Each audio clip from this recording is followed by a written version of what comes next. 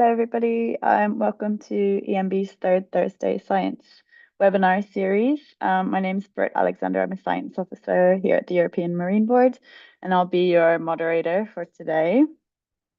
So a few housekeeping rules before we get started. So make sure your name's clearly entered in Zoom so that when you ask a question, we'll know who you are. So the format of today, we're going to have the presentation from our speaker, and then we'll have some time at the end for Q&A from the audience. So you can enter your questions in the Q&A box, and also let us know which organization and country you're from. And then I will choose the questions to ask to our speaker. If you're having any issues with technical aspects, you can put that in the chat and we'll try to help you out. And just to let you know that this webinar is being recorded and it will be available afterwards on the EMB YouTube channel. So the topic for our webinar today is SOS Save Our Seas, which was an Embracing the Ocean project from last year's cohort of artists. And I will leave it to the speaker to let you know what that project is all about. So we have with us here today Ruwanthi Gajadeera. She's a Sri Lankan textile and fashion designer based in London in the UK, from the Royal College of Art. And as I mentioned, she was an Embracing the Ocean artist in residence last year, or 2024 to 2025. So she's just finished up her project in spring this year, and we've been collecting all the information on her project and the impact. So you can also find the impact report from her project on the EMB website. I'll put the link in the chat. So welcome, Ruwanthi, and I'll pass over to you to tell us about your really interesting projects that you've been working on. Oh, thank you for that beautiful introduction, Dr. Britt. It's been amazing to be artist in residence for the European Marine Board, and I'll share my screen now so that I can show you some of the images and at the same time sort of take everyone through my journey, and also like to take you behind my thought process of how I saw scientific data and then how I did the conversion into artistic world. Can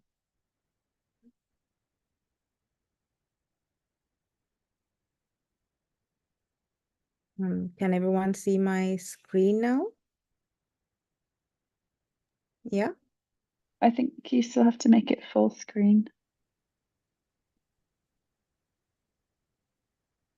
Is it okay? Still not full screen.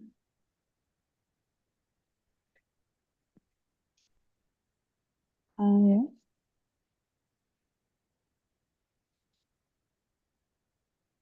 Can you click to make it full screen? There we go. Yeah, perfect. Yeah, yeah.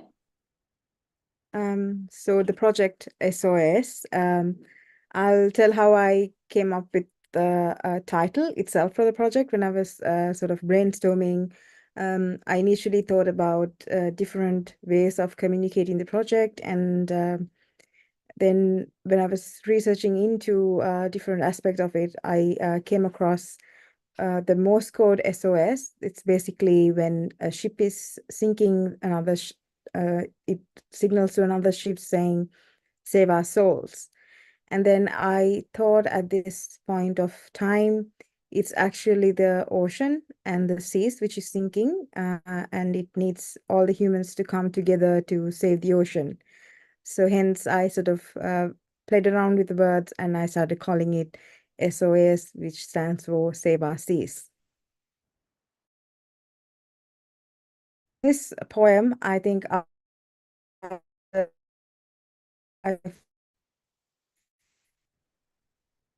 finished going with the project. I'll come to the whole project itself. It came from the shipwreck which happened off the coast of Sri Lanka. Lanka in 2021, which carried tons and tons of fertilizer material and also raw material of plastic, which is these tiny little plastic pieces, got washed ashore to the Sri Lankan beaches. And then at this point, I was just finishing my degree in fashion, and I thought I sort of communicate this problem through my work because it was so important to communicate in a way that I get a lot of attention. And then I thought of researching more into data which is available, which I could use as an anchor point of creating my designs. And this is so far how my journey has been through. First, the disaster which happened in 2021. And in 2022, I created a collection for the Readers Design Awards, which is the largest sustainable fashion design competition in the world. And I managed to become a runner-up of that competition. And then that made me realize that I was able to actually showcase my work in a world stage and also have fashion which talks about these issues which is currently happening in the ocean, and by wearing a garment which talks about this, and it almost becomes this blank canvas which carries the message of what I want to say. And after that, I decided to be part of the artist in residency, and then I was successful in becoming the artist in residence for the European Marine Board. So thank you, team, for choosing me, because this definitely changed my course of action and course of my direction towards how I am using scientific data in my current practice as well. And after that, the project has developed into many different aspects. Throughout the presentation, I'll explain how many places we have been to and how we sort of reached out to a broader community through the project. So this is a rough map, almost like a statistical map, which I came across when I was doing the research. And because of the pictures, it made me sort of understand it more, and moved around across the country, and how the ocean is this one ocean which is connected us to the rest of the world, and all of us share this one big water mass, 71% of the planet itself.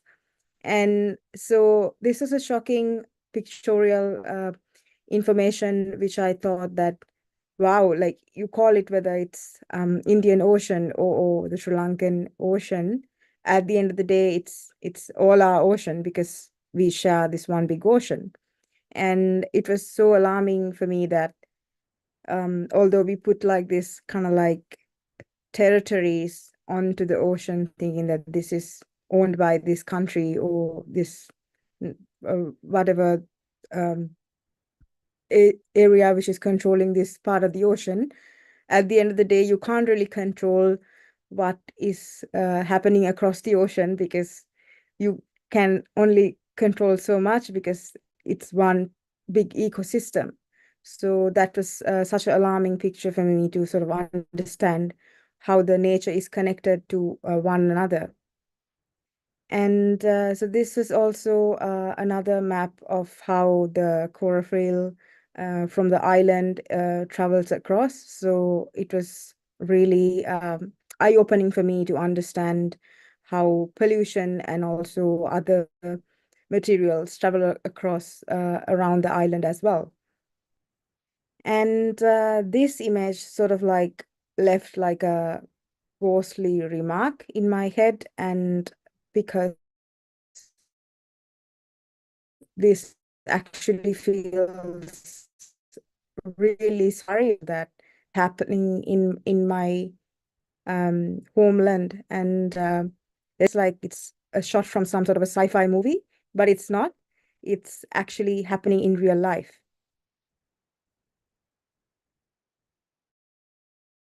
And so this is my conversion of all that kind of like emotional trauma, which I got from seeing these images, seeing how thousands of like animals, turtles, um, dolphins who are from the area, and also fish was sort of they died on the beach. And then this is like sort of my response to that.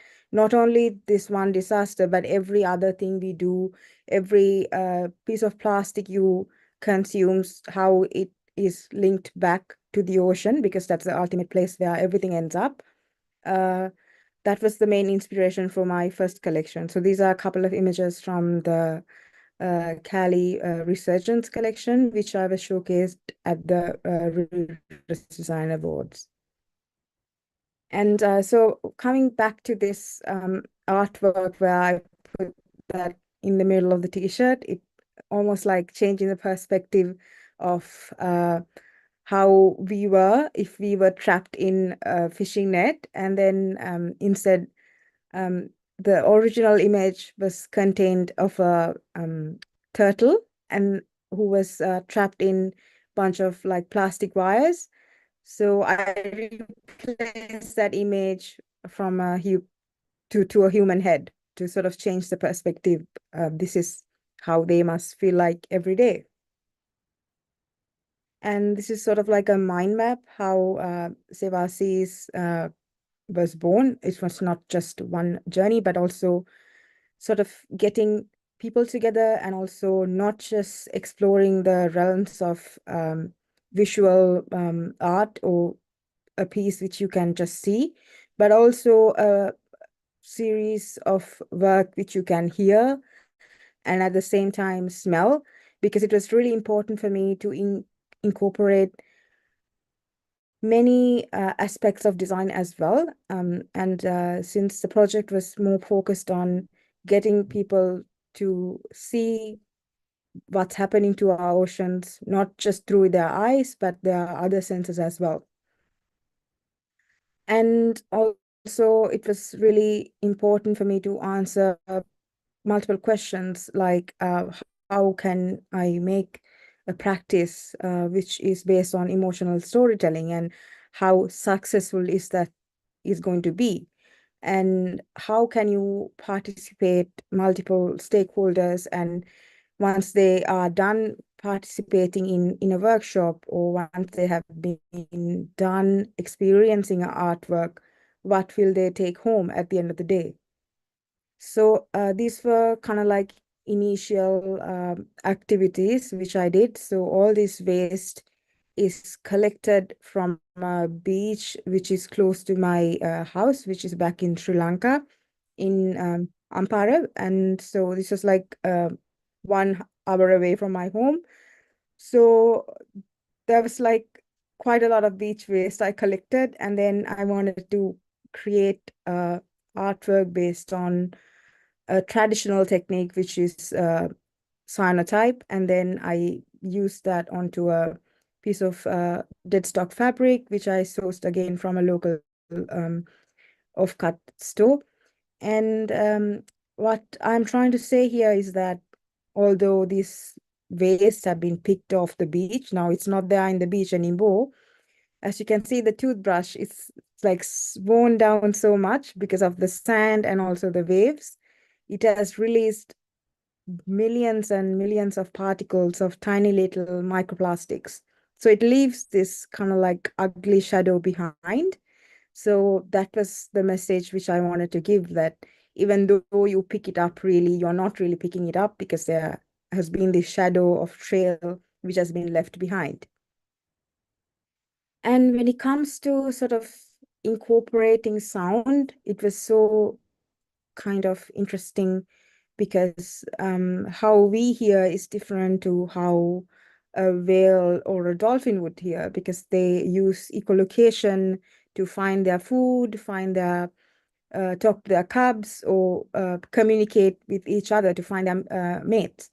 So what it's basically, when I was thinking about it, I think the best way to sort of explain it is like when you're out with your friends in a party or a nightclub, when the music is too loud, you can't really talk to your friend.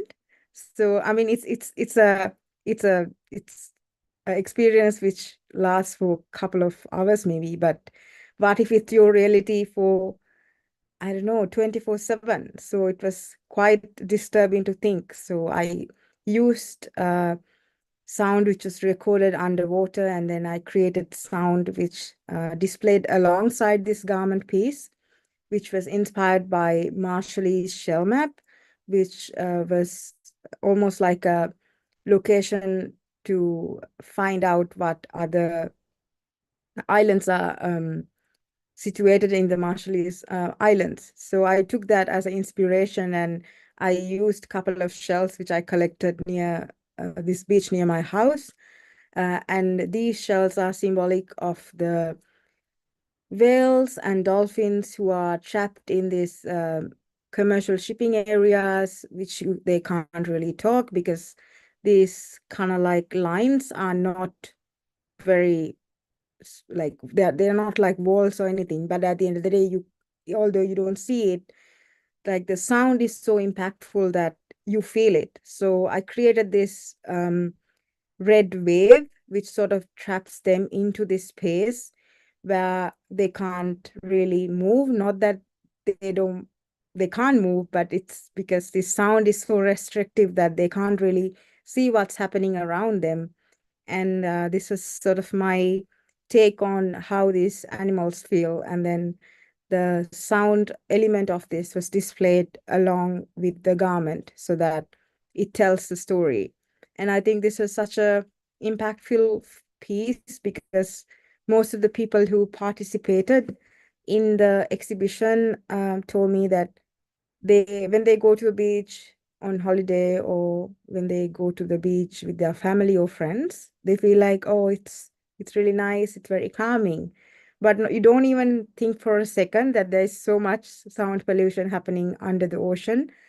And this piece really opened their eyes to it because it's actually happening, but you can't really see it. And they didn't even think about it, but it's actually happening. So I think this is one of my impactful pieces out of the collection because it tells the story of species who have been silenced because of human activity. And then again, coming back to having these things displayed and also getting other stakeholders to get involved in giving the message, I was very successful in communicating with a lot of other entities who shared this similar interest, and I was able to collaborate with different other organizations as well. So the picture you see me working with two other um, students from Bangkok. So these are from the Bangkok Arts and Cultural Center, where I was able to do the Sea Change workshop, where we spoke about what you feel about what's happening in the ocean. And then we created a couple of cyanotype prints from collected waste in beaches of Pattaya, which is a famous tourist destination in Thailand. But there's quite a lot of pollution happening on the beaches. And then that's like the underlying horror of tourism, which is happening in the area because there's a lot of waste which is ending up on the oceans as well, which is from plastic water bottles to drinking straws to many more. I think I have a picture of it towards the end of the presentation, where I have compared the waste which I've taken from Sri Lanka to the waste which I've collected from Thailand. Although they are quite apart, it seems to be a quite similar type of waste. So it was quite alarming to see as well. And it was so important for me to again get other senses involved. And when you talk about smell, I would say smell is such a universal thing where you don't require a language to communicate. So it was so important since the project was about talking about the ocean in a way that you are not limited to one language, or whether it's English. I didn't want it to limit to English because it was important to get other communities involved. So this is the image where when I showcased my pilot exhibition back in Sri Lanka, where I was able to uh, talk about what's happening in the oceans with local students. And it was so important to have a piece which spoke itself. And this smell was quite strong. It smelled horrible. I wish I could get you to smell it over the Zoom, but it's not possible yet with the technology. But it was a horrible smell. It will stay in your brain for some time, but also it's a good anchor point prior to a workshop or prior to a conversation. It's such a curious piece that you wonder, what is this? Why is it there? Like, why does it smell so bad? So it was such a good um, discussion starter as well. And when it comes to the images which I created, I wanted to sort of get people anchored onto an image, because I use this in most of my social media posts, and also um, to discuss about my workshops. And I wanted to create an image which sort of like is creates this curiosity, but at the same time you feel a little threatened almost, or like you feel like you're doing something wrong and then someone's looking at you. So I got this inspiration from different deities from my own culture. And so there are a couple of deities who are sort of the guardian of the ocean. And then I took that image and sort of recreated in a way that at this point it's this coral deity is bleaching away, and then it's looking at you in a way that you're responsible. And what are you going to do about it? And I think this is such a impactful image as well, for people to sort of get them to read more about it and ask the question why it's there. And also this is the process behind the artwork as well. So I initially looked at the color of dead coral. What does it look like after the coral reef dies out? And then I wanted to sort of convert that into a human being. And yeah, this is sort of stepping away from more scientific information, but also the artist aspect coming in. And then I used different crafts, and also the crochet itself is crocheted by this yarn, which is made with seaweed. So it was giving the uh, essence of the sea. At the same time, the shapes of it also was being recreated. And these are a couple of images which I have taken from the artwork itself. You can see how it starts as a small little sort of like a structure of coral, like a dead coral, and how it spreads all around. And in my head, when I was reading about coral bleaching, this is the image which sort of sparked me. So it starts at a point and then it spreads like poison. So for me, this image series of images discussed about what's happening, but almost like a slow moving image of textiles, but they look like coral. Um, and when you look at images from the past of a coral reef, if you take in a couple of like intervals of 10 years, you can see this is happening slowly. Little parts of the coral reef is bleaching, and then this was the inspiration for the series of photography which was taken onto the digital platform.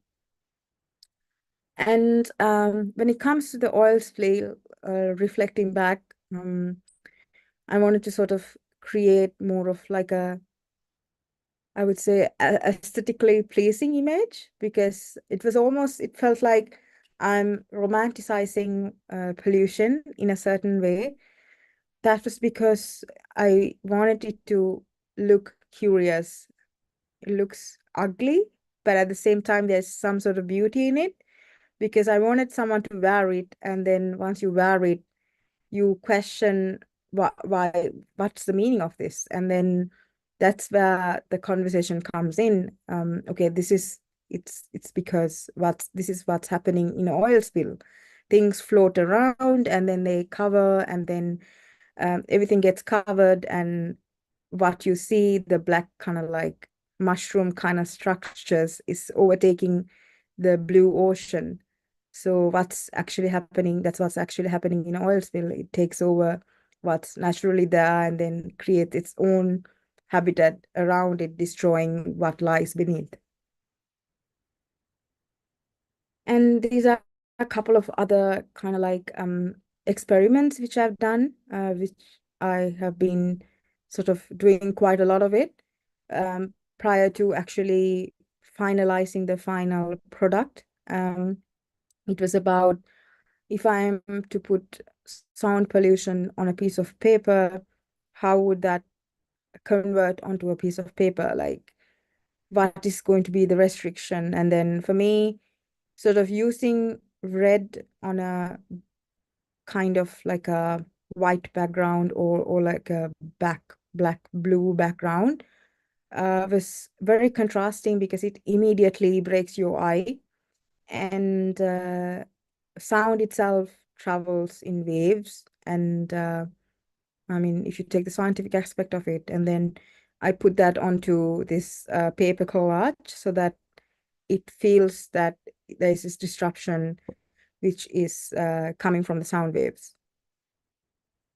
And these are a couple of other places which I've exhibited. I was able to showcase my cyanotype piece at the Queen Alexandra's house in London as well.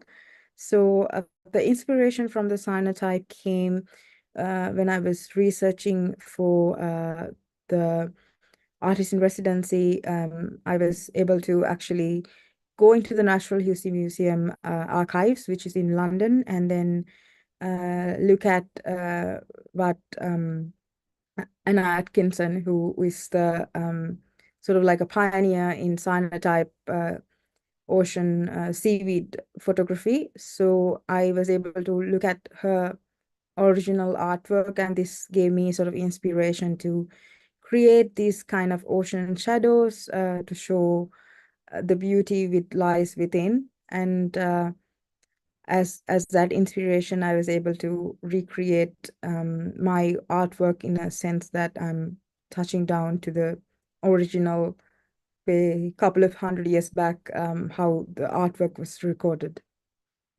And yes, this is the image of me comparing the waste from Sri Lankan beach, and also the Pattaya beach, which was from Thailand.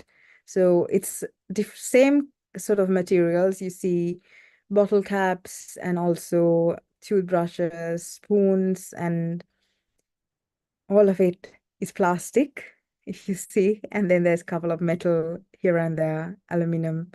But yeah, the biggest killer is plastic. And it's really mind-blowing to see that, like, it is all of us how our waste ends up. And then all these objects are objects in exile, and was so impactful to see, almost like, in a when you are going through sort of after a murder scene, when you take all the objects which's been involved in a scene, and when you lie it on the desk, or sort of like you're examining the materials, and it felt like that.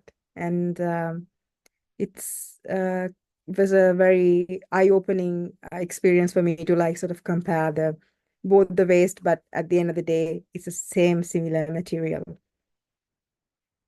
And these are a couple of images how we use this material in our artwork, because it was almost like using this waste which all of us have put out, and using it back into the artwork mixed with different marine animals. And you see the image on the screen that instead of fish, we have plastic spoons and other plastic materials replacing fish in the ocean, which is quite true and which is actually happening. And then that was the point of the workshop. And I think we had during the in the workshop in Thailand, we had different age groups, different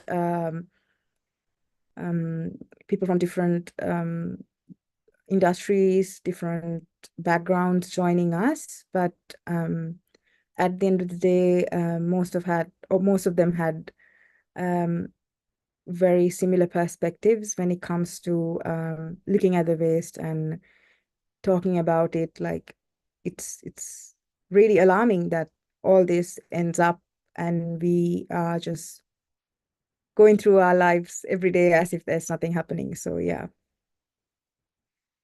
And moving back into the garment collection, so it was very important for me to create a garment which I am not actually adding more to the current existing problem of fashion, which is more to do with using multiple new virgin materials. So the entire collection was made with materials which were either donated to me or where I sort of salvaged it from a textile recycling bin, or if not, something which I took from renewable source of materials. So this is like the layering technique which I used to mirror what bleaching coral feels like.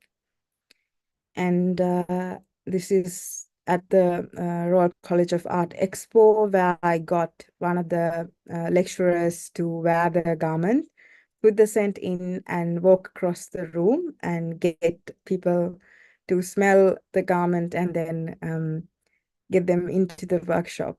And this was quite interesting to see, because when you wear a perfume, you expect the perfume to smell good, but instead this is doing the opposite. And people were like, "Oh, what is that? That's horrible. That's such a bad smell. And why are you wearing it?"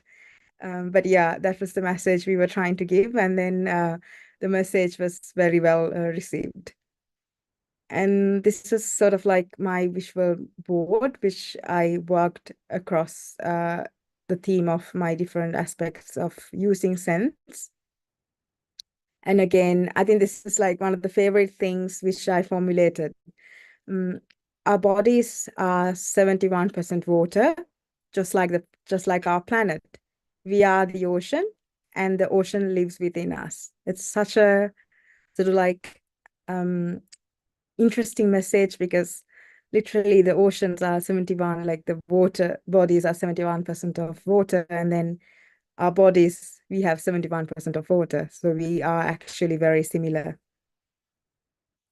And again, this is an image of how I incorporated the textile waste and beach waste onto the exhibition piece. And this is the process of cyanotype, where I picked a bottle from the ocean and then exposed it onto a piece of fabric. And again, it leaves this ghostly mark behind. And around the different objects of crocheting, crystallizing. These are a couple of textile experiments which I did using photography, and it was almost like these isolated kind of like molecular elements, but these are actually coral bleach inspired different structures which I made with crochet. And this gives this sort of like very eerie remark behind. And again, the garment development process. I was inspired by different deformations and abstract shapes which pollution leaves behind. And this image, as you see in the bottom, where a turtle has been trapped inside this plastic, those bottle holders which soda can comes in. So this turtle has been trapped inside that, and obviously he couldn't remove it, and then he grew up with it. So it creates this really odd shape because of pollution. So I took that as my shape silhouette inspiration, and then this was converted back onto the garment, giving it this sort of deformed, very odd shape onto the jacket. And this is the process how I developed, and this is more into the fashion aspect of it, how I developed the silhouette onto a garment. And the choice of it is obviously it's a tailored piece of clothing. And when you say tailoring, when you think about tailored suits, it's very formal, and a lot of big decisions about our oceans, about our environment is being taken with people who are wearing tailored suits. So it was me trying to sort of incorporate that um, deformed bleach coral onto a garment, because you are carrying the weight of what's happening. And this is back again how I developed the scent into the garment as tiny little polyps, which was inspired by a coral reef containing tiny little circles to put the smell inside. And this is the enlarged image of a bleached coral, but also I created it using yarn, which came from seaweed, so it's part of the ocean as well. And when it comes to the scent aspect of it, I called it OG pollution, because it is at the end of the day what pollution smells like. And when I was working with the perfumer to create a closer scent, we were like, let's look into the current levels of pollution, which is in the ocean, and most of it comes from abandoned fishing gear, and then packaging, microplastics, and also cigarette like filters, and then a couple of other industrial plastics which has been left behind. And these percentages were used as our actual scent molecules. So this is created as a perfume you would wear like on a day-to-day basis, but instead of it smelling good, this smells bad.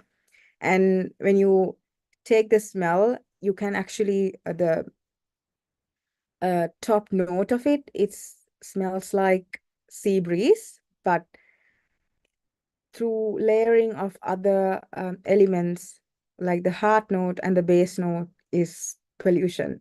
So the actual real smell of what ocean smell like, the saltiness, the crispiness of the ocean, and almost like this, the pure smell when you go to a beach, like you can smell the ocean, but this is being entirely replaced with other pollutants. So basically that's what happens in real life, and we sort of created this abstract version of it so that you could smell all of pollution in one sniff.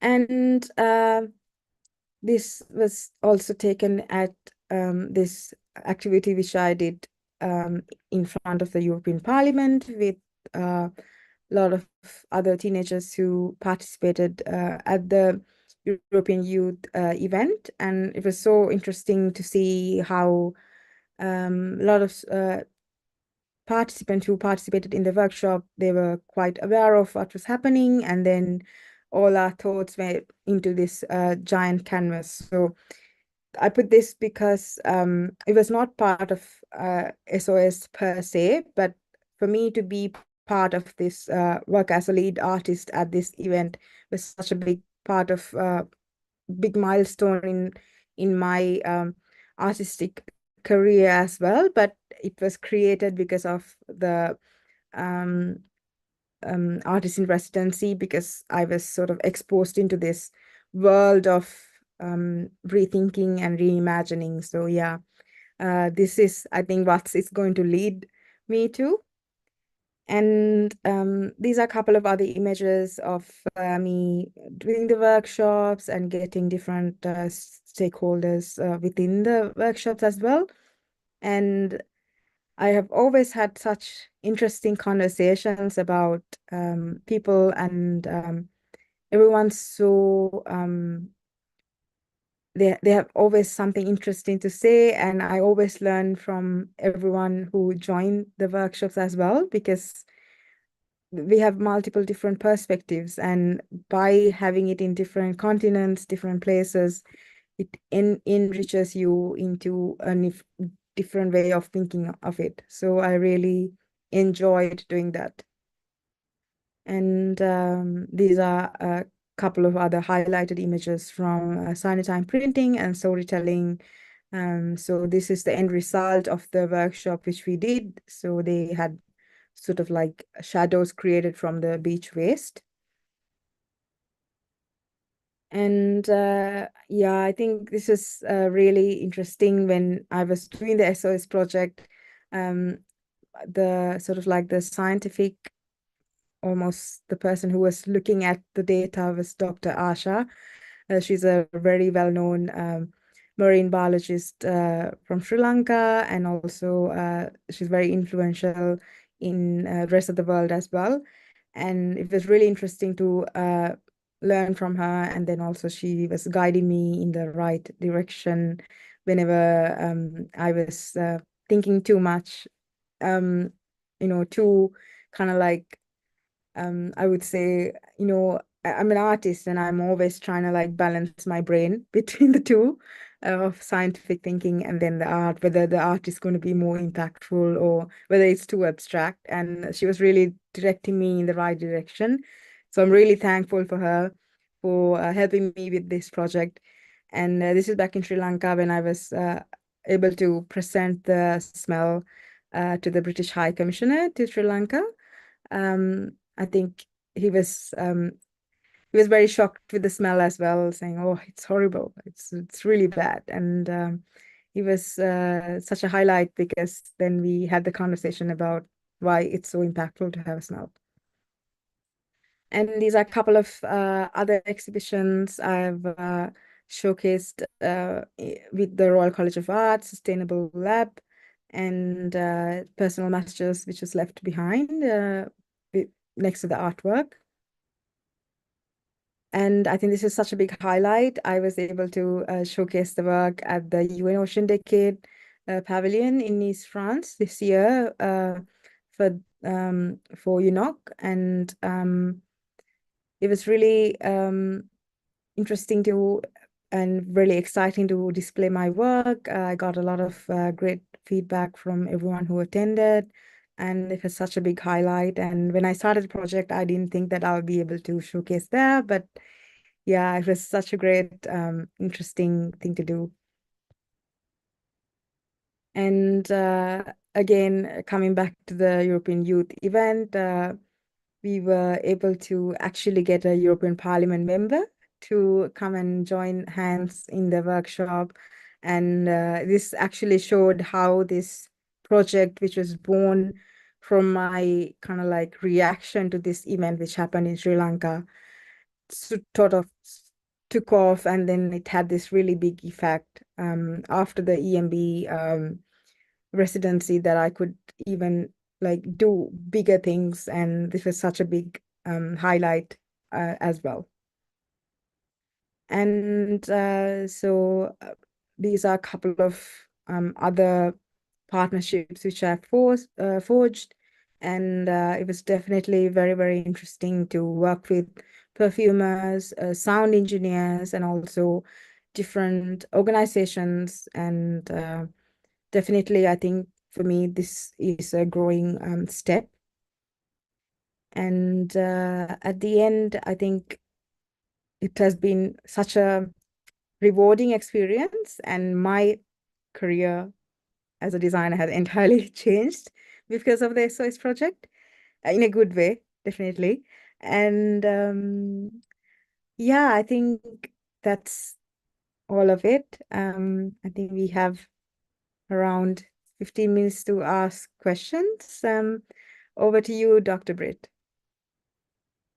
Thanks so much, Asha. That was really great to hear, to learn more myself about the thought process and the inspiration behind all of the pieces that you've developed over the last year. And just to say congratulations on your work.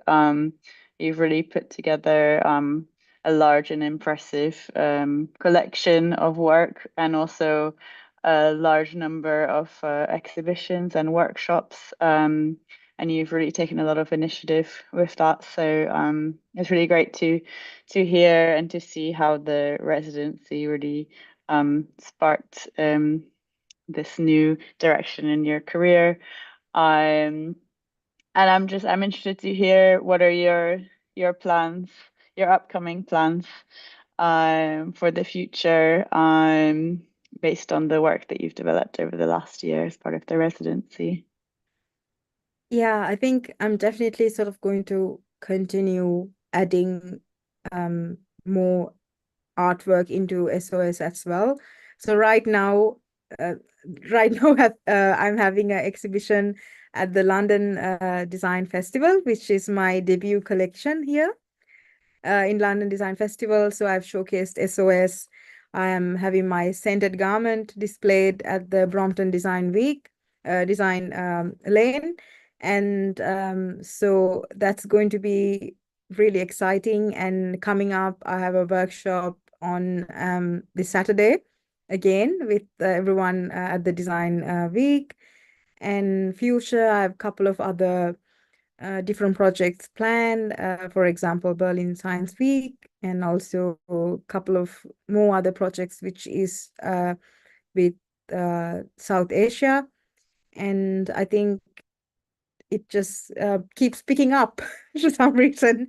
I mean, it's been such a expansive journey, and I feel like once I'm done with one project, there's some other project which comes along, which is to do with the project, and it's really amazing to see it's being so impactful. So I'm definitely going to be working more on expanding it, getting more stakeholders into the project, and probably looking at it to have like um,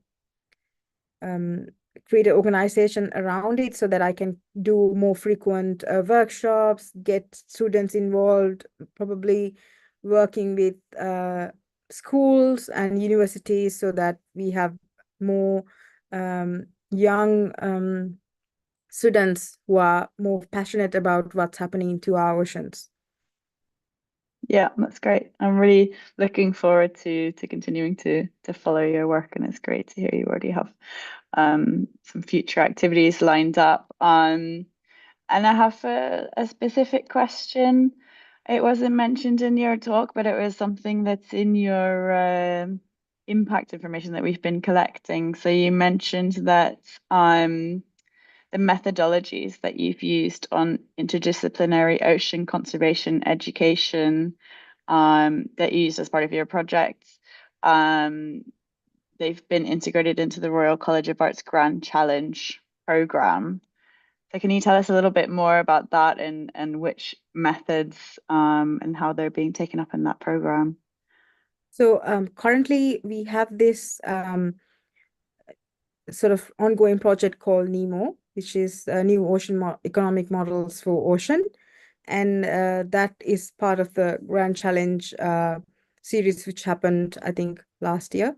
So I'm working with that team. We have sort of like discussed with a couple of workshops how to make their ongoing project more impactful. And since I think I've done quite a lot of workshops, we are trying to create more impactful workshops for the future so that when we are conducting a workshop that the data gets more easily transferred. So we are in the process of expanding that. Yeah, great. Yeah, looking forward to following that as well. Um, I've got a question here from my colleague Angel. He says, what was the most interesting exchange you had with a scientist? What did you learn, and what did that person learn from you? And I'd like to add to that as well. You mentioned briefly in your talk your exchanges and mentorship with Dr. Asha DeVos. But it would be interesting to hear more about how did that process in exchange go for both of you, and what did you learn throughout the journey with working with her and other scientists in general? I think it was like Dr. Asha comes from a artistic background because she sort of, I think her dad is a very well-known architect as well, and so she comes from an artistic background, and I think she just knew when I was talking to her, okay, she thinks different than how a scientist would think, and then for me, like sometimes when it comes to the sound, actually. I knew there was like before starting the project, I knew that there was this sound pollution which is happening on the ocean. But I think in our very first Zoom meeting which I had with her, she shared this image of this whale which was sort of stuck in this commercial shipping area. It was almost like a triangle.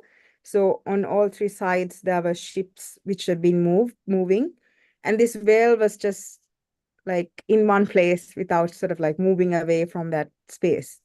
And I was just thinking, like, no, there's no wall or there's nothing like restricting him from actually moving away from that area. But because of the sound, the whale didn't want to move away from it because he was feeling it. And then that was definitely, that felt like that image got stuck in my brain, and that sort of converted into my artwork later as the shell being stuck in one place, like stitched with red thread, which is invisible in the sense, but at the same time, obviously, whales are so sensitive to sound, so it's quite visible, and it's feel like you're in this jail, which doesn't feel like it's physically there, but it's there. So that's something really major which I learned from one of the interactions which I had from her. And I think for her, she sort of maybe learned to um, talk to me in a way so that I would understand. Because I mean, I think that was like a major part of the project as well. Yeah, yeah, for sure. Yeah. And I think that you really managed to visualize that being trapped aspect quite well in the piece that you showed us with the red nets. Yeah, that's really interesting. Um, so another question from me is, what would you say the main impact of your project is? So besides, the numbers in terms of, you've engaged a lot of people and you've had exhibitions in multiple different continents, and different types of stakeholders, but what kind of feeling did you get from the participants in your workshops or the attendees of your exhibitions? Just any other, you shared a couple anecdotes, but any other sort of more informal interactions you had with people? And did you get the sense, or did you collect any information on if there was any change in their perception, or more pro-environmental behaviors, perhaps? Yeah, I think one of the kind of like big, not like, yeah, the major workshops I have had was in Bangkok. And when like the workshop sort of started with getting people into the space, it was just lovely creative space. But before I even spoke anything, I had displayed the waste which was collected from the beaches, and obviously the packaging had like Thai written on it, and then they knew what it was. And then people were like going around the desk and then looking at it. It's like, okay, why is there like this garbage like on the desk displayed? And I think I just left it there, and then I think a lot of people realize, okay, oh yeah, this is our waste. Like this is what we put out. And like there was, I think, a ice bag, which was written in Thai saying that it was an ice bag, like ice, frozen ice in it.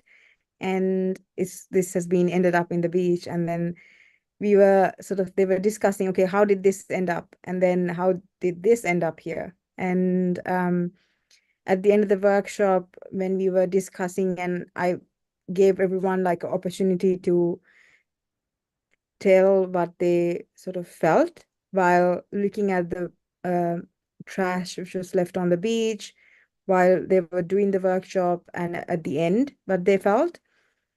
I think most of them sort of felt that like you wouldn't even think that will end up on the ocean, and it has.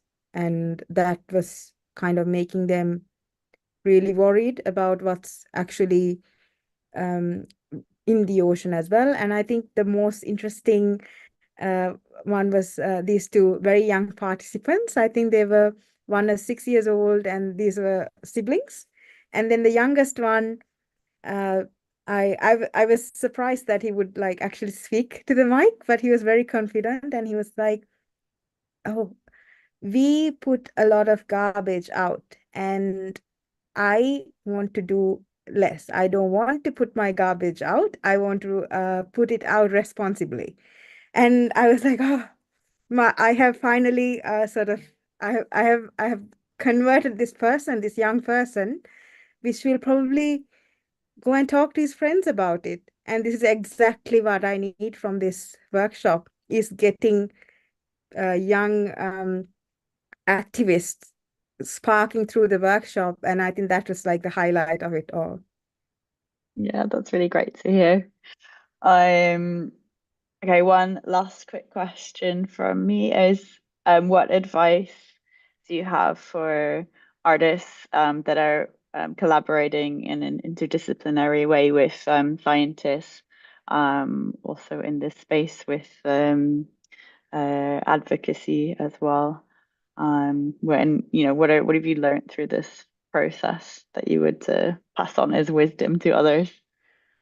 I think one of the biggest things is that you will feel kind of lost because it's not being done quite frequently, and then there's nothing for you to refer to whether you are doing it right or wrong. And sometimes, like, you have the scientific data, and then you can't just print it onto a garment. Then that's the meaning is lost, because if you wanted to showcase a graph, then you would showcase a graph. But it's more about actually tapping into what you feel like, and what is your response. And as humans, most of us are um, creatures of emotions, and we do everything based on our emotional response, most of us.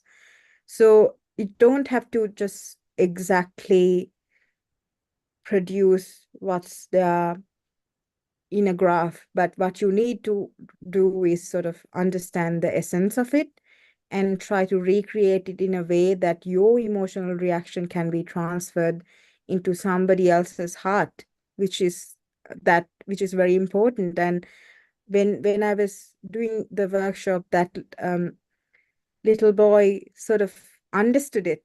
And it doesn't have to be complicated, it doesn't have to be very abstract art, as long as your message gets received loud and clear, and then you have sort of changed the perspective of someone. So just I would say, although if you feel doubt, or whether you feel like, okay, this is not very scientific, it doesn't have to be, as long as at the end of the day your message gets in between the art so that people are consuming the art. But at the end of the day, you're feeling the message, they're feeling the message, and that message gets sort of in your brain so deep that you won't be able to forget it. Yeah, and I think that comes across very strongly in your work with all of the elements and the different senses, and especially in what you mentioned with the smell, that it really sticks in your head for a long time. Like I can still remember the smell from UNOC when I smelt the pollution. So Yeah. Okay, so yeah, it's almost the end of the webinar, so I'd just like to thank you again for all of your hard work. And yeah, we've really enjoyed having you as our artist in residence, and wishing you the best for the future.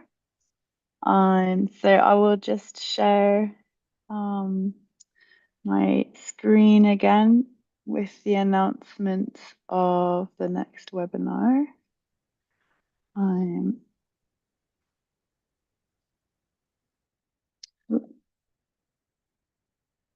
oh, sorry, technical issues.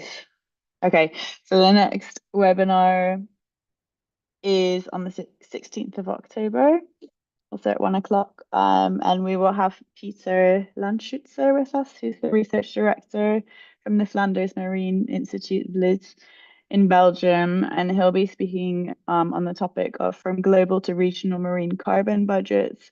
Are we ready to monitor a decarbonizing society? And he's a working group member in the EMB Marine Carbon Dioxide Removal Group.